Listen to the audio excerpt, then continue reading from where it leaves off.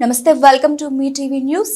తెలంగాణ సాయుధ రైతాంగ పోరాట యోధుడు కామ్రేడ్ రావి నారాయణ రెడ్డి 118వ జయంతి సందర్భంగా ఆయన విగ్రహానికి సిపిఐ నేతలు నివాళులర్పించారు.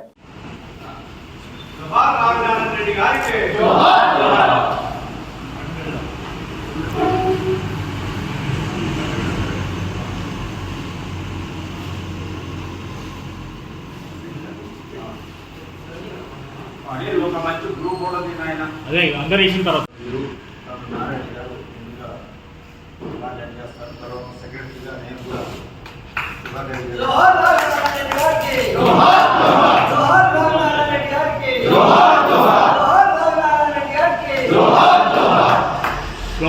స్లోగన్స్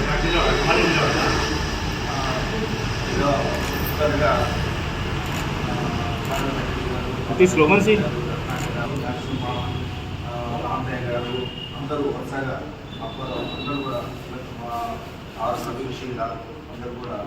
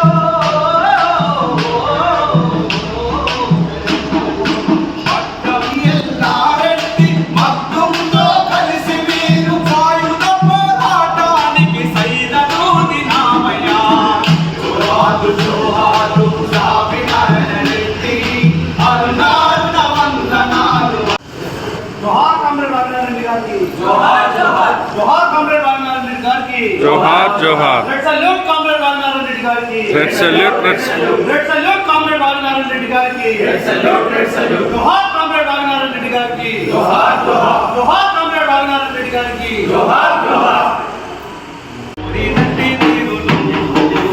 कम्युनिस्ट योधुलु प्रजलकै పోరినట్టి తీరులు అనువంత స్వార్థము అంచుకురానిక కనబరకు కమ్యూనిస్టులుగా బతికినట్టి పద్మం ఎల్లారెడ్డిరా నాని నారాయణారెడ్డిరా పద్మం ఎల్లారెడ్డిరా నాని నారాయణారెడ్డిరా ఓ వీరులారా ఓ శూరులారా వందనాలు మీకు వందనాలు ఓ వీరులారా ఓ శూరులారా వందనాలు మీకు వందనాలు ఓ యమరులారా త్యాగదులారా వందనాలు ఎన్న వందనాలు ఓ యమరులారా త్యాగదులారా వందనాలు ఎన్న వందనాలు తరమెల్లిపోతున్నది ఓ త్యాగాల సమాగిపోతున్నది వెళ్ళిపోతున్నదో త్యాగాల సమాగిపోతున్నదో సాగిలో పడిపోయే సంపదల ఎదురొచ్చి కనని పంపకాలు పల్లెంలో తెచ్చిగా పేటలో కాలకుంటున్నది యోధులు ఊరి వచ్చిన సిద్ధను మనకోట ఆకలి జననేతలు ఊరి వచ్చిన సిద్ధను మనకోట ఆకలి జననేతలు మనం వెళ్ళిపోతున్నారు త్యాగాల సమాగిపోతున్నారు మనం వెళ్ళిపోతున్నారు త్యాగాల సమాగిపోతున్నారు సొంత ఆస్తులనెల్లా అంత తెలుగు వచ్చి అపురూపమైనట్టి ఆలు బిడ్డలకు అంచబడ్డ వారి వీరులే తామెచ్చి కష్టాల కడగడ్డలు మరి పంతులు తెరదాటిరో కష్టాల కడగడ్డలు మరి పంతులు తెరదాటిరో చంద్రరాజేశ్వరయ్యా నీ వంటి నేతలు ఎందరయ్యా చంద్రరాజేశ్వరయ్యా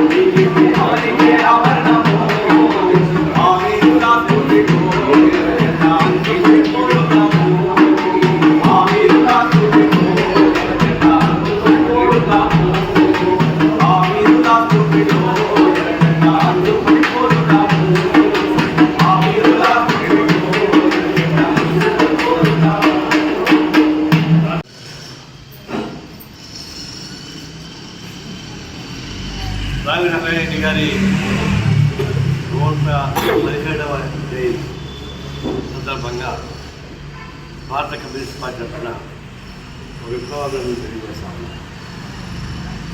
రావి నారాయణ గారి మాట కేవలం తెలంగాణ నల్గొండ కాకుండా దేశవ్యాప్తంగా పార్లమెంటు ప్రారంభమవుతుందని నారాయణ గారి పేరు ప్రస్తావిస్తుంది. ఈ నారాయణ నిపుణుల కన్నా ఎక్కువ వచ్చినటువంటి నారాయణ నిపుణులే స్వయంగా ముందు పదంటే నేను కావాల్సిన చెప్పండి. అలాంటి ప్రాముఖ్యత గుర్తుంచుకోవడం తెలంగాణ విడిపోయింది. మనం మొదటి కూడా ప్రజలు విడిపోలేదు, రాష్ట్రం విడిపోయినట్టు. రాష్ట్రం విడిపోయినప్పుడు దీని గురించి సంస్కృతి అవసరం ఉంది. నిన్న 10 సంవత్సరాల ఉత్సవాన్ని కొత్త గవర్నమెంట్ చేస్తుంది, సంతోషం. అయితే రావి నారాయణ రెడ్డి లాంటి వాళ్ళ చరిత్రని ప్రస్తావించకపోవడం అనేది చాలా బాధ. రెండవది ఏంటంటే ఇప్పుడు దాకా పరిష్కారం కానీ తెలంగాణ పోరాటాన్ని అధికార రీత్యా రాష్ట్ర ప్రభుత్వం నిర్వహించాలని చూసి మొదటి పోతా ఉంది. మహారాష్ట్రలో, కర్ణాటకలో అధికారపూర్వకంగా ఇప్పుడు ఓటు చేసుకుంటున్నారు. ఇప్పుడు ఇక్కడ కూడా అధికారపూర్వకం చేయమని కోరుతుంది. అన్ని రాజకీయ పార్టీలు చెప్తూనే ఉన్నాయి. కానీ అక్కడికి వచ్చేకాడికి ఎంఐఎం నోట్లో ఎలకాయలాగా అడ్డం పడుతుంది. వాళ్ళు దాంట్లో పడవచ్చు, అట్లా వాళ్ళ అభిప్రాయం చెప్పుకోవచ్చు. అట్లా మాత్రాన తెలంగాణ సాయుధ పోరాటాన్ని 4,500,000 మంది కళలు పోగొట్టిన విప్లవం 10 లక్షల ఎకరాలు భూకంపం చేసేది తెలంగాణ సాయుధ పోరాటాన్ని గ్రామాలను విముక్తి చేసేటువంటి ఉద్యమాన్ని వేసుకుంటాల్సిన అవసరం లేదు. ఒకరోజు తెలిసే మాత్రం ఇప్పుడు నూతనంగా ఎన్నికైన ముఖ్యమంత్రికి నా విజ్ఞప్తి ఏంటంటే ఈ సెప్టెంబర్ 17వ తారీఖున అధికారపూర్వకంగా ఈ ప్రభుత్వం ఉత్సవాలు చేయమని చెప్పేసి మేము కోరుతున్నాం. మీకు ఎంతమంది అర్థమైనా సరే ఆ విషయంలో మీకు చేయాల్సిందే చేయడానికి అవకాశం ఉంది, కమ్యూనిస్ట్ సపోర్ట్ ఉంది. కాబట్టి ఏమాత్రం దీనిపైన చిత్తశుద్ధి నాకు పెద్ద మాట అన్నా కానీ ఈ తెలంగాణ ఉద్యమం పైన మీకు పట్టించే విశ్వాసం ఉంది. ఎప్పుడైతే కేసీఆర్ మోసం చేశాడు, చెప్పినాడు మోసం చేశాడు. అప్పుడు నాకు ఏం చెప్పాడు, నేను అధికారులకు వస్తే నేను చేసి పెట్టాలి. వ్యవసాయ ముఖ్యమంత్రి ఉన్నప్పుడు నీకు ధైర్యం లేదు, నేను ముఖ్యమంత్రి ఎంత నేను చేస్తాను చెప్పేసి కేసీఆర్ స్వయంగా చెప్పాడు. స్వయంగా చెప్పాడు కానీ ఆయన కూడా అందరికి 3 నామలు పెట్టాడు. అందుకే తెలుగు ప్రజలు ఆయన కూడా 3 నామలు పెట్టేశారు. అట్లాంటి 3 నామలు పెట్టుకోకుండా కాంగ్రెస్ పార్టీ జాగ్రత్త ఉండాలంటే ఈ సెప్టెంబర్ 17వ తారీఖు అధికారపూర్వక ఉత్సవాలు చేయడానికి ఎప్పటి నుంచే సన్నాహాలు చెప్పి కోరుతాం. సందర్భంలో మనం కూడా రావి నారాయణ రెడ్డి గారి యొక్క 117వ జయంతిని పాల్గొనాలని మిత్రులందరూ కూడా ఎస్ సభ్యులతో మిత్రులందరితో సమాచారం ఇవ్వడం జరిగింది. మీరందరూ కూడా ఎన్నో దూరంగా ఉన్న ఇబ్బందులుగా మీకు వచ్చినందుకు మీకు అందరికీ రావి నారాయణ టెస్ట్ రైతులో మీకు అందరికీ అభినందన తెలియజేస్తాం. నేడు భారతదేశంలోనే మొదటిసారిగా భూమి కోసం, మృతి కోసం, ఎన్నిక కోసం అదేవిధంగా ఒక రాజరిక వ్యవస్థ, నిజాం రాజరిక వ్యవస్థ, వెట్టి చాకిరి వ్యవస్థ, దున్నేవారికి భూమి కావాలి, వెట్టి చాకిరి భూమి కావాలని పిలుపునిచ్చినటువంటి మహానుభావుడు జాతీయోద్యమ నేత రావి నారాయణ గారు. సరే ఈ విషయాన్ని తోపే మన నారాయణ గారు చాడగా మీరు మిత్రులందరూ కూడా తెలుసుకుంటారు. కాబట్టి రావి నారాయణ గారితో పాటు తెలంగాణ సాయుధ పోరాటాన్ని మనం నేటి చరిత్ర నేటి యువకులు తెచ్చుకోవాల్సినటువంటి అవసరం ఉన్నది.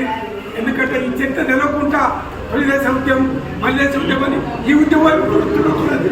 అసలు తొలిదేశ ఉద్యమం, మల్లేశ ఉద్యమం కాకుండా తెలంగాణకి ఒక అస్తిత్వాన్ని తీసుకురావడంలో ఒక ప్రముఖ పాత్ర వహించినటువంటి మహానాయకులు, అందులో రావి, మంతు, తర్వాత బద్దం లాంటి వాళ్ళు. వీరికి సహచరిగా నల్లగొండ జిల్లాలో ఆలయ జనగామలో ఆనాడు ఆట్ల రామచంద్రరెడ్డితో పాటు మన భీమిరెడ్డి నరసింహారెడ్డి గారు, యోగపురి వెంకటేశ్వరరావు గారు ఆనాడు దాదాపుగా పెద్ద ఎత్తున ఉద్యమం నడిపినటువంటి మహానుభావులు. నేటి కూడా భూ సమస్య పరిష్కారం కాలేదు, అసమానతలు కొనసాగుతున్నాయి. వీటికి వ్యతిరేకంగా నేటి తోపే మనం జాతీయ నాయకులు చెప్పారు. కాబట్టి రేపు 17వ తారీఖు నాడు సెప్టెంబర్ 17 జాతీయోద్యమంలో జరపాల్సినటువంటి అవసరం ఉన్నదని, ఆ వైపు మనం కృషి చేయాల్సినటువంటి అవసరం ఉన్నదని ప్రభుత్వానికి కూడా నేను మొన్న ఉద్యోగుల సందర్భంలో వారికి మెయిల్ పంపించాను. ముఖ్య ముఖ్యమంత్రి గారు దీని తెలంగాణ ఉద్యమం యొక్క దాని ప్రాధాన్యత నేను గుర్తిస్తలేదు. అప్పటి నుంచి కూడా దీని చరిత్రలో తీసుకురావాల్సినటువంటి అవసరం దానికి నాది పలికినటువంటి నాది భక్తులు కూడా గుర్తు చేయాల్సినటువంటి అవసరం ఉన్నదని తర్వాత అడిగాడు. కాబట్టి ఇప్పుడే నారాయణ గారు చెప్పారు దాన్ని తప్పకుండా మేము చేయాల్సినటువంటి అవసరం ఉందనేది వారి లెటర్ ద్వారా కూడా జరిగింది.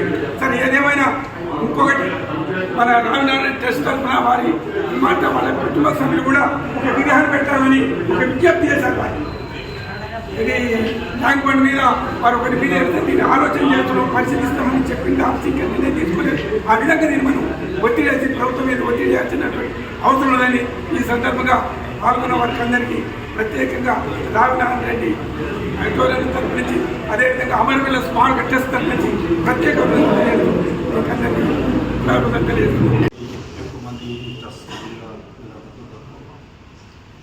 ఈ తర్వాత నారాయణ గారు రెడ్డి గారు మాట్లాడతారు. దాని ముందు కొన్ని విషయాలు చెప్పదలుచుకున్నారు.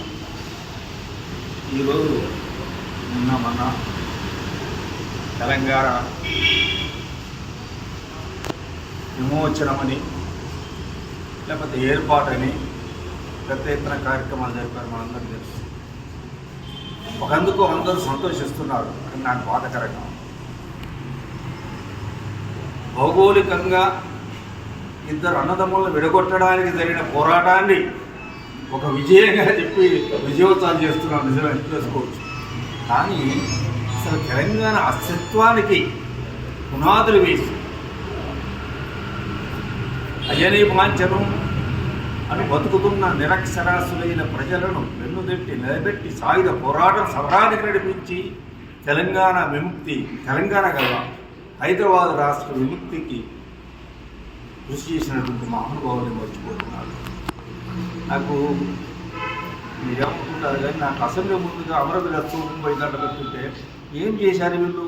పాపం అన్యాయంగా వాళ్ళు చచ్చిపోయారు. బాధాకరమే. దేనికోసం చచ్చిపోయారు? 2 రాష్ట్రాలు విడగొట్టడం. కానీ 4,500 మంది తెలంగాణ విముక్తి కోసం పోరాడి సమరులైనటువంటి అమరవీరులు గుర్తించడానికి రావినాయుడు గారు ఏం చేశారు?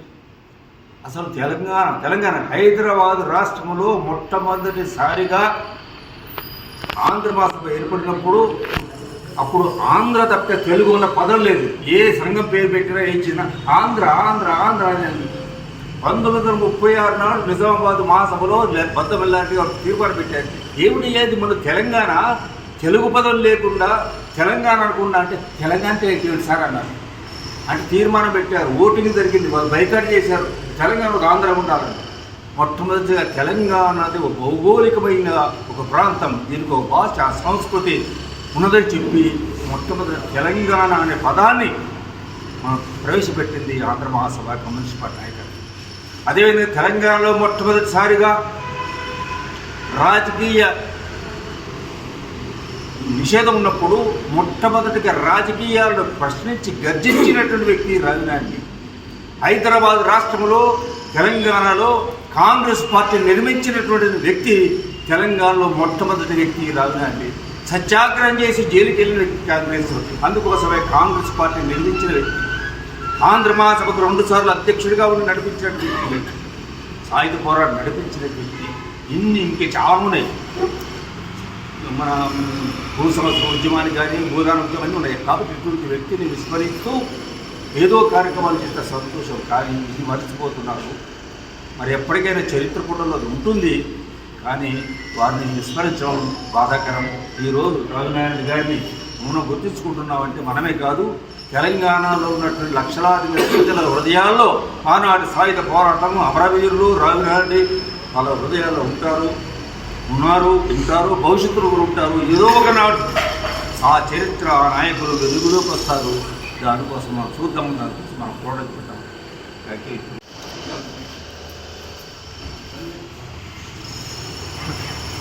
రావినారాయణ రెడ్డి గారి జయంతి సందర్భంగా ఈరోజు ట్రస్ట్ తరఫున ఇక్కడ ట్రస్ట్ భవనంలో వారికి మనం జోహార్లు అర్పిస్తున్నాం.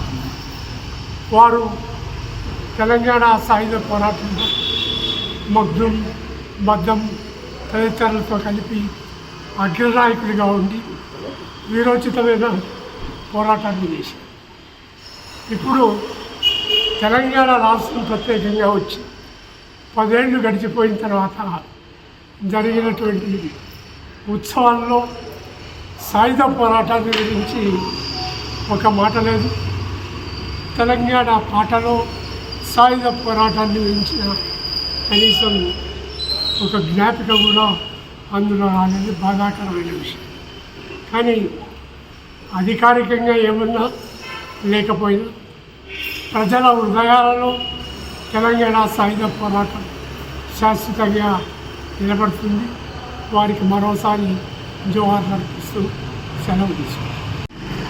రావిరెడ్డి గారి 117వ జయంతి ఉత్సవాల సందర్భంగా ఇప్పుడే మనం వారికి నివాళులు అర్పించాం. ప్రధానంగా రావిరెడ్డి గారు ఒక వ్యక్తి కాదు, ఒక శక్తి, ఒక సంస్థ. ఆయన భూస్వామ్య కుటుంబంలో పుట్టి అన్ని రకాల అనుభవించడానికి అవకాశం ఉన్న ఆనాడు ఉన్నటువంటి రాజకీయ వ్యవస్థని బద్దలు కొట్టేందుకు ప్రజల పక్షంగా నిలబడ్డారు. అందులో వెట్టి చాకిరీ రద్దు కొరకు, అలాగే బాలి సంఖ్యను బద్దలు కొట్టేందుకు ఆయన నిర్విరామాలను పూర్తి చేశారు.